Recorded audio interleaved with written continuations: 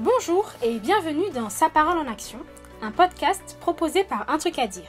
Comme vous le savez, Sa parole en action regroupe des témoignages de personnes qui mettent en application la parole de Dieu. Aujourd'hui, nous sommes en compagnie d'Amélie Rakoto qui va nous témoigner sur sa vie après le baptême, ce combat avec elle-même. Bonjour! Bonjour Christelle, ça va? Ça va et toi? Ça va. C'est cool, on est très content de t'avoir avec nous. Et du coup, merci d'avoir accepté de témoigner sur ta vie après le baptême, du coup avec nos auditeurs. Mais avant d'écouter ton super témoignage, du coup, présente-toi. Je vais te demander du coup 3 choses pour te présenter. Un verset biblique qui te caractérise, ton cantique préféré et ton personnage biblique préféré. On t'écoute. Eh bien, moi, c'est Amélie Rakoto. J'ai 24 ans et je me suis baptisée en mai 2016. Mon verset préféré, enfin favori, qui pour moi caractérise la raison pour laquelle je me suis baptisée, est 2 Corinthiens 12:10, qui dit « C'est pourquoi je me plais dans les faiblesses, dans les outrages, dans les calamités, dans les persécutions, dans les détresses pour Christ. Car quand je suis faible, c'est alors que je suis fort. » Et pour moi, mon cantique préféré, c'est Abrite-moi. Pourquoi ? Parce que ce chant, les paroles, elles sont tellement simples, mais elles veulent dire tellement de choses.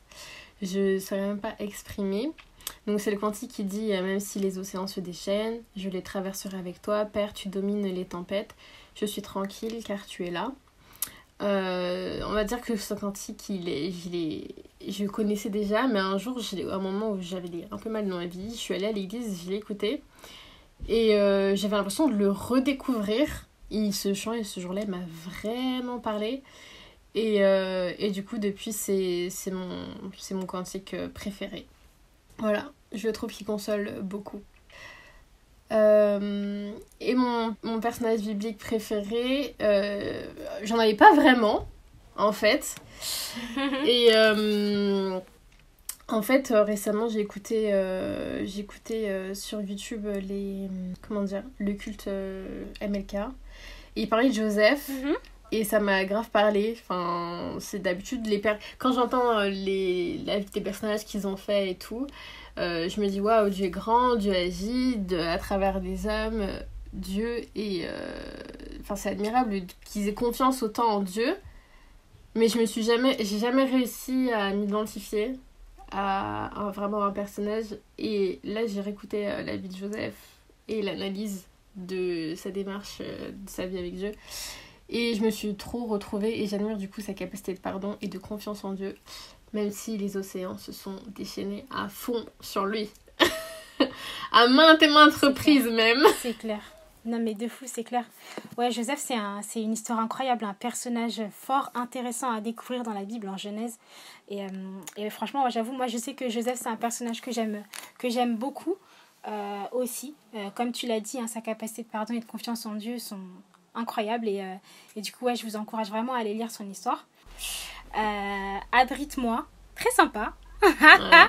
J'aime beaucoup ce chant. Et du coup, je me demandais, est-ce que tu serais d'accord pour nous chanter un petit peu le refrain? Parce que je sais que Amélie, t'as une voix extra, que j'aime beaucoup ta voix, et j'aimerais vraiment que tu nous fasses le plaisir de chanter un petit bout du refrain, juste un petit bout, histoire que nos auditeurs ils sachent à quel point tu chantes. Waouh. Ok, donc le refrain de Abrite-moi, il dit « Même si les océans se déchaînent ». Donc, même si les océans se déchaînent, je les traverserai avec toi. Père, tu domines les tempêtes. Je suis tranquille car tu es là. Je suis tranquille car tu es là. Voilà. Waouh, bravo, c'était trop beau. Merci beaucoup Amélie, franchement une voix incroyable. Je vous encourage aussi à aller écouter ce qu'a fait Dévotion avec ce chant. Vous pouvez aller voir ça sur YouTube, on mettra le tout dans notre bio aussi. Maintenant que nous te connaissons un peu mieux, nous sommes prêts à écouter ton témoignage. Du coup, la parole est à toi. Super, merci Christelle. Et sur le thème ma vie après le baptême, je vais commencer par un peu raconter ce qu'il y avait avant le baptême. Donc avant de me baptiser, et quand j'ai su que je voulais me baptiser, j'ai été animée d'un zèle ultra bouillant. Du coup, j'ai nettoyé ma vie en coupant les ponts avec les personnes qui voulaient me mener Dieu. J'ai développé ma relation avec Dieu. J'écoutais uniquement du gospel. J'ai même commencé à en faire et j'ai fait les cours bibliques. Donc pour les cours de baptême, j'ai commencé à tout faire pour lui. Et tellement j'étais à fond que je pensais que j'avais tout compris et que ce fait allait rester intact aussi vite qu'avant. Sauf que c'est une grosse erreur que j'ai faite. Parce que quand je me suis baptisée, y a beaucoup de personnes qui m'ont dit que ça allait être dur et que j'allais recevoir beaucoup d'attaques parce que du coup Satan il est pas content que tu aies donné ta vie à Jésus. Donc moi je croyais à ce qu'il disait parce qu'ils m'ont raconté du coup ce qu'ils avaient vécu et du coup moi j'étais prête. J'étais prête à vraiment dire non à tout ce qui allait pouvoir me détourner de Dieu en fait. Mais en fait ce que je savais pas c'est que le combat en fait il allait pas se faire contre quelqu'un mais il allait se faire contre moi-même. Donc c'est ça la plus grosse difficulté que j'ai rencontrée et j'ai mis longtemps à m'en rendre compte. Et après m'être baptisée du coup en 2016, mon zèle il a commencé un peu à décliner petit à petit parce que je l'ai pas entretenu. L'erreur que j'ai faite c'est que je pensais que le zèle c'était quelque chose d'acquis et que si tu l'as c'est un peu comme les compétences, genre c'est bon tu l'as. Mais en fait non, c'est quelque chose qui s'entretient de tous les jours, de manière quotidienne. Et c'est quelque chose que j'ai découvert, notamment ces dernières années. Et le truc que je croyais, moi, c'est qu'après le baptême, on allait être sanctifié à vie, tu vois. Genre, j'avais tout compris, que le péché, il me touchera plus, alors que pas du tout au reste des hommes. Et après le baptême, on va continuer de pécher. Et ça, c'est un des mensonges que je croyais, que Dieu m'a montré. Parce que j'ai beaucoup prié pour ça aussi. Moi, je pensais que le péché, un peu, c'était comme une fatalité. Et moi je me disais foutu pour foutu c'est mort quoi à chaque fois tu vois non je suis trop sale pour venir vers Dieu, je suis trop ci pour revenir vers Dieu, je suis pas assez ci, pas assez ça, hein, regarde j'ai fait ci, j'ai fait ça, non c'est mort, Dieu voudra pas que je revienne, je suis pas digne de lire la parole, là je vais prier mais est-ce qu'il va m'écouter, non.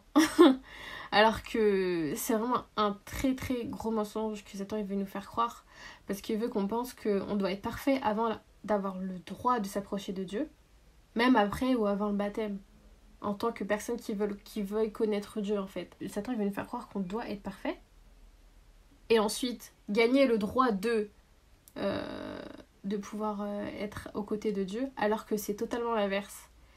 C'est en t'approchant de Dieu, donc avec toutes tes imperfections, et une fois que t'es à ses côtés, c'est là que tu vas t'améliorer.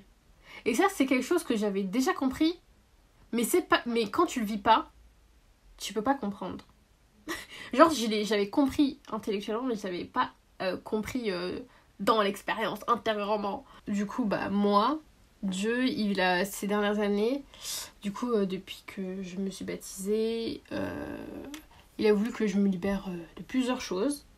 Et le plus dur, du coup, en ce moment, de plusieurs mal-être en moi, ou de choses mauvaises, négatives, par exemple la colère. Une des compétences qu'il veut que je développe aussi, c'est la compétence pardon. Moi, en plus, la manière dont Dieu me parle, il me parle de manière très sèche et très directe, parce qu'il sait que je suis têtue. Donc moi, quand il me parle, c'est très dur. Mais il parle pas de la même manière aux gens, parce que du coup, il s'adapte à la personne avec qui il a, et il me parle pas tout le temps non plus comme ça. Mais du coup, il faut ça, du coup, en tout cas pour moi, il faut ça, parce que plus le mal il est profond, plus il faut sortir les grands moyens en fait. Et le truc que j'oublie souvent quand je suis dans ces états-là, ou quand je suis vraiment face à ces épreuves-là, où Dieu me parle, où Dieu me dit qu'il faut que je change certains aspects, ce que j'oublie, c'est que je me bats pas qu'avec mes forces, mais je me bats aussi avec les forces de Jésus qui est mort et ressuscité à la croix. Plus celle de Dieu qui est tout puissant. Donc ça commence à faire beaucoup pour pas réussir à vaincre les épreuves. Et c'est ça qu'il faut qu'il faut pas oublier. Et ça, je sais que j'ai tendance à l'oublier. Et du coup, c'est ça que je veux faire passer aujourd'hui. C'est que si t'as pas pris pendant un mois, c'est pas grave. Et que tu veux prier aujourd'hui, vas-y, fais-le. Si t'as pas lu la Bible pendant 1 an, 5 ans, 10 ans, et qu'aujourd'hui tu veux le faire, vas-y, fais-le. Lis. Si tu veux lire un seul chapitre ou un verset, c'est déjà mieux que 0 avant, tu vois. Il faut plus voir les évolutions. Et Dieu, il sera content que tu fasses ça, que tu veuilles t'approcher de lui, parce qu'il voit les cœurs. Parce qu'il y a quelqu'un qui peut lire 50 chapitres par jour, et au final, il fait ça juste pour lire, quoi. Et pas faire grand-chose. Dieu, il voit vraiment les cœurs, et c'est ça qui compte. Et ce qui compte, c'est vraiment d'avancer. C'est top. Et du coup, qu'est-ce que tu dirais à quelqu'un qui a vécu ou qui va certainement vivre la même chose que toi par rapport au baptême et au combat que l'on vit intérieurement? Pour conclure, moi je dirais que tu ne devrais jamais laisser tomber Dieu, parce que lui il fera jamais. Il sera toujours là. Et même si tu l'as fait, si pendant longtemps tu lui as jamais parlé, le jour où tu décides de revenir lui parler, il sera là pour t'écouter. Parce que n'oublie pas que Dieu il est fidèle, Dieu est amour, Dieu est compatissant, Dieu est plein de bonté. Donc ton comportement envers lui n'influe pas sa personnalité envers toi. Il est le même aujourd'hui et demain, il est alpha et oméga. Alors approche-toi de lui et confiance en lui, parce que lui ne te laissera jamais tomber. Amen. Yes, yes, yes. Merci Amélie. Merci à toi. C'était riche en informations. C'était très, très personnel aussi. Donc merci pour ce que tu as partagé avec nous. J'avais à cœur qu'on passe un temps dans la parole de Dieu, si tu le veux bien. Et du coup, c'est un passage que tu as choisi pour illustrer un peu le témoignage que tu nous as apporté aujourd'hui, qui se trouve en Romains au chapitre 7. Du coup, je vais lire du verset 14 au verset 25, et puis je donnerai le contexte par la suite. Nous savons en effet que la loi est spirituelle, mais moi, je suis marqué par ma nature vendue au péché. Je ne comprends pas ce que je fais, je ne fais pas ce que je veux, et je fais ce que je déteste. Or, si je fais ce que je ne veux pas, je reconnais par là que la loi est bonne. En réalité, ce n'est plus moi qui agis ainsi, mais le péché qui habite en moi. En effet, je sais que le bien n'habite pas en moi, c'est-à-dire dans ma nature propre. J'ai la volonté de faire le bien, mais je ne parviens pas à l'accomplir. En effet, je ne fais pas le bien que je veux, mais je fais au contraire le mal que je ne veux pas. Or, si je fais ce que je ne veux pas, ce n'est plus moi qui le fais, mais le péché qui habite en moi. Je découvre donc cette loi. Alors que je veux faire le bien, c'est le mal qui est à ma portée. En effet, je prends plaisir à la loi de Dieu dans mon être intérieur, mais je constate qu'il y a dans mes membres une autre loi. Elle lutte contre la loi de mon intelligence et me rend prisonnier de la loi du péché qui est dans mes membres. Malheureux être humain que je suis, qui me délivrera de ce corps de mort? J'en remercie Dieu. C'est possible par Jésus-Christ notre Seigneur. Ainsi donc, par mon intelligence, je suis esclave de la loi de Dieu, mais par ma nature propre, je suis esclave de la loi du péché. Ouais, ce passage, il est fort intéressant. Très intéressant par rapport à la thématique sur laquelle tu témoignes aujourd'hui. Ce passage, il a été écrit par l'apôtre Paul. C'est une lettre qui a été à destination des croyants qui vivaient à Rome à cette période-là. Il y présente l'évangile de Jésus-Christ et dans le passage choisi, Paul nous enseigne sur la lutte contre le péché. Il fait part de ses difficultés et argumente sur la connaissance de la loi de Dieu par rapport à notre nature pécheresse. Alors tu as sélectionné 2 versets parmi l'extrait que j'ai lu, mais on a envie de savoir. On veut savoir, Amélie. Dis-nous tout. Quel lien il y a entre ton témoignage et ce passage biblique? Ouais, alors moi j'ai choisi parmi tous ces passages le 19 et 20, car je ne fais pas le bien que je veux et je fais le mal que je ne veux pas, et si je fais ce que je ne veux pas, c'est plus moi qui le fais, c'est le péché qui habite en moi. Mais en fait il y a 2 Amélie qui se battent en moi tout simplement. Il y en a une qui veut plaire à Dieu, et une qui veut pas et qui veut faire ce qu'elle veut. Et donc ça c'est vraiment le verset qui illustre vraiment mon témoignage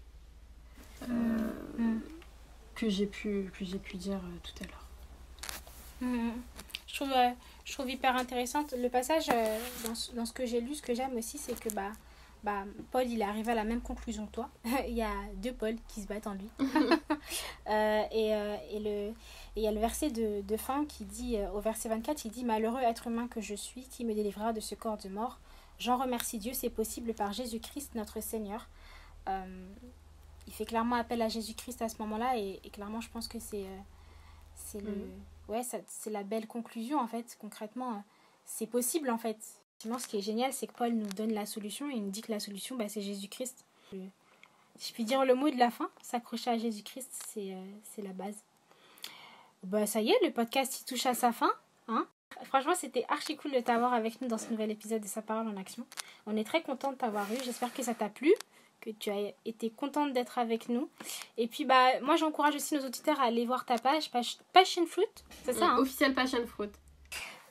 Yes, et comme ça, du coup, si vous avez à cœur de vous aussi marquer sur un bracelet votre date de baptême et aussi marquer le credo, cette phrase qui vous encourage, ce verset de baptême qui vous encourage à fond, n'hésitez pas à aller sur la page Passion Fruit. On vous mettra le tout dans la bio et dans les commentaires du moins. Voilà, c'est la fin, soyez bénis, à la prochaine et surtout, on n'oublie pas de mettre sa parole en action. Ciao, ciao. Salut Amélie. Au revoir.